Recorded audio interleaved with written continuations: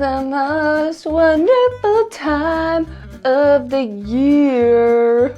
I'm singing Christmas music in August. Ugh. Hey guys, what's up and welcome to my channel and welcome to day 4 of the 25 days of Craftmas. We're chugging along at these DIYs. So I said in my last video, I'm no longer explaining what I'm doing for the month. So if this is your first video of Craftmas, I know you are a smart little cookie and you're gonna pick up on what I am doing real quick. So with all of that being said, let's open bag 4 and find out what I am doing today. Bag 4, I am in a singing mood today, cause I keep singing what I'm doing. Let's find out what we're doing in 3, 2, 1, and go. Ooh, cookie bags. Okay, so I added this to the DIY list for a few different reasons. I feel like there's a few good scenarios that this could be good for. If you're throwing a Christmas party or a little get together of some sort and you want to make some little quick favors, cookie bags. If you're throwing or going to a cookie exchange party, cookie bags. And then I feel like a lot of us are in this boat where you have a lot of people you like want to get something for them to just say, hey, I'm thinking about you. All of your like extended family and friends get cookie bags. So that is why I added it. I just thought it would be fun, quick, and cheap to use in a bunch of different scenarios, whatever you want to call it.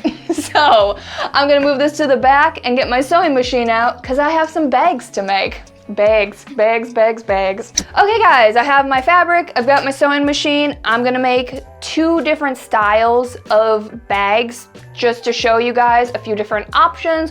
One is gonna be super duper easy and one is just going to add one more step to change the shape of the bag. But they're both gonna be pretty darn easy. And if you're a beginner sewer, this is a great beginner sewer project. And you could go out and just buy some gift bags and put some cookies in it, but I feel like a handmade fabric bag makes it feel more like an actual gift than just something that's like really quickly slapped together from the store. And I also went with this fabric because I really like the plaid. I feel like it has a winter vibe to it, but it's not like tacky with snowmen and candy canes. It's like a classy Christmas bag. My first step with this first style of bag is going to be cutting out a rectangle that is, let's say 5 by 16. I have a lot of this fabric. I should make something with it. I am making something with it, but you know, something bigger than a small little bag. Okay, you know what? I'm gonna do 6 by 16. That looks a little bit better. Cutting out plaid is really easy because of course you've got the lines to follow. Got my piece. Let's get that out of the way. So what I'm gonna do with this piece is fold it in half like this, and I'm gonna sew 2 straight lines up each side to create a little bag. Come on, Sheelers.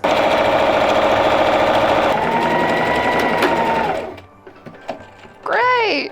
And now I'm just gonna cut those extra strings off and I'm gonna flip this inside out. So now that I have a little bag, you can finish this off with either like some twine or some ribbon and it'll turn it into a little gift. Okay, so now I'm gonna make one more bag, but I'm gonna add one more step to it to change the shape and show you guys a different option. I think for this one, I'm going to add a few more inches to my rectangle that I cut out before. I'm gonna make this 8 inches wide and then I'm gonna just cut whatever I have here, which is 26 inches. That's probably too long, but I can always cut off the top and make it shorter. I'm just going to do that same thing. I'm gonna fold this piece in half and I'm gonna sew up the 2 sides. what I'm going to do now that I have the two sides sewn up, this is the folded side that doesn't have a hole in it, and I'm gonna put 2 gussets, one on each side. A gusset is just kind of the expanding of an area. I've done this in a few different videos. Usually I do this for cushion covers, but this is also great for bags because it creates a square bottom so that you can actually like sit the bag up. So what you do is you take the corner, the side that has like the seam, pull the fabric apart, you get like a little triangle, and you're gonna sew a straight line across there, and that's gonna create that square bottom. And once it's sewn up, you'll be able to see a little bit better how this works and what it looks like. Both sides have a gusset. You could leave that extra fabric, but I'm just gonna go ahead and cut it off. So now when you flip the bag inside out, it should have a little kind of square bottom to the bag. See here? Like this. There we go. I don't know if you can see that, but now it can kind of actually sit up. And so now what I picture doing with this is you could, again, crumple it up, twine or ribbon, or I kind of picture folding this down a few times and cutting a hole in, or 2 holes in the bag, and threading twine through that and creating a little bow. And now it is time to make some cookies. My husband's gonna be very excited when he gets home. That hits the spot right there. Okay guys, let's make some cookies. And I personally am not much of a dessert person.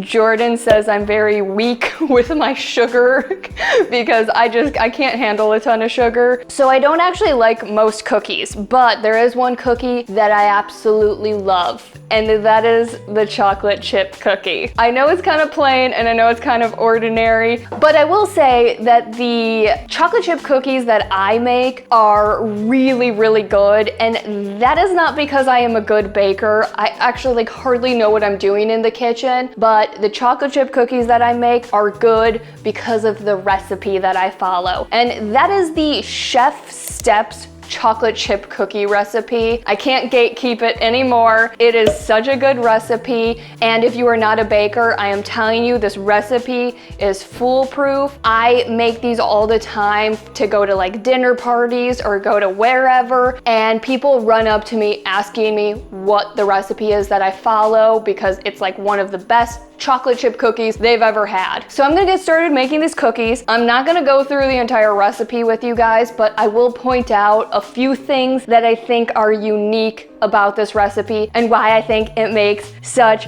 a good chocolate chip cookie.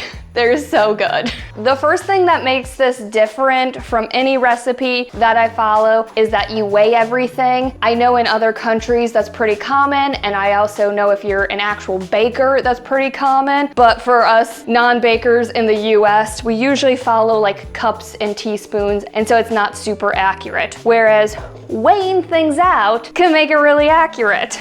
200 grams of brown sugar. The second thing that is different about this recipe is how much salt you put in. But the saltiness with the chocolate chips, it's good. It's good. Wait, how do you turn this thing on? I swear I've used this before. Nope, that's how you, never mind. I swear I know how to use this thing. Oh my gosh. So the other thing about this recipe is that they have you take half of the chocolate chips and chop them up and mix them in with the flour, and the chopped up chocolate chips make these cookies like really like fudgy and delicious. So while I bake, I thought it would be fun to answer a few questions about Craftmas and what it's like to post a DIY every day. I don't know if you guys are gonna have any questions because I am filming these videos over the course of 3.5 months, and it is currently August. But I'm just gonna answer some questions for you guys that I think you might have. So first question is, why am I doing Craftmas? Why am I posting a DIY video every day? It's because I love a good challenge. This is obviously going to be a very big challenge. I am juggling filming these videos while doing all my other projects and posting those videos. And also the other reason that I am doing this is because things are just like also really expensive right now. So I wanted to give you guys a ton of ideas for either decor or crafts that you could do with your kids or gifts that you could make that are fairly cheap but still cool and really thoughtful, and of course handmade. So also, you guys might be wondering if I am actually surprised when I sit down to film the videos or if it's rigged in any way, shape, or form. It is not rigged. I really do not know what DIY I am doing. And the reason I did the advent calendar was because I was having trouble deciding what order to do the DIYs in, so I just let the advent calendar decide for me. The recipe calls for pastry flour. I never have pastry flour, have never used pastry flour, so I just use all purpose. Now it's the best part. And then you just dump the rest of the chocolate chips in. Yeah, that's so good. And the last question I thought you guys might have is why I am filming these videos over the course of 3.5 months. I just figured that a DIY video is a little bit different than a vlog video. I feel like there's just something different about filming your day versus actually coming up with 25 DIYs and doing them. And I don't have really any help with any of these videos. I film them, I edit them. So I figured giving myself 3.5 months to film them so that come the end of November, I can just sit down and start editing them was the only way I saw this as a possibility of posting a video every day. And those are the only questions I can think of. If you guys have any more questions for me, let me know in the comments down below. Also, if you try this recipe, let me know how amazing you think these cookies are, because they're so good. Highly recommend baking these cookies on a stone. And the other thing that makes these cookies amazing is they are double the size of a normal cookie. And honestly, the best part about making chocolate chip cookies is the cookie dough.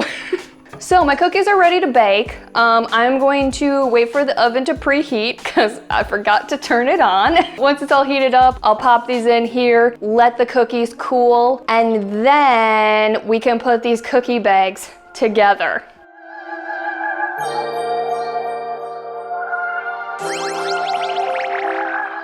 Okay guys, let's finish up this DIY. These cookies have been sitting for a while, so most of them are cool enough that I can package them up and put them in these bags. And one of the final steps that makes these cookies so freaking good is after you take them out of the oven and you let them sit for a little bit on the baking stone, and then I take a cup and you smash them down. This condenses the cookie and makes them really like dense and fudgy and delicious. I'm gonna finish these cookie bags. I'm gonna put the cookies in plastic bags before I put them in the fabric bags, just because I think that'll be a little cleaner in the end.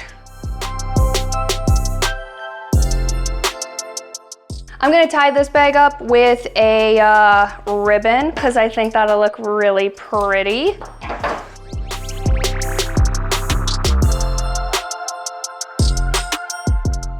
Look at how cute that is. Oh, I like that. And then for this one, I already went ahead and I folded this in half and I made 2 little slits that I can feed some twine through. I can fit 6 in here, which I think is like a good number.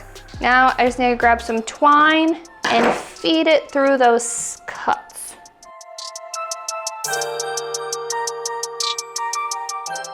And that is it, guys. They're so cute. I love them. This DIY is so incredibly quick, cheap, easy to do, and now I get to eat a bunch of cookies.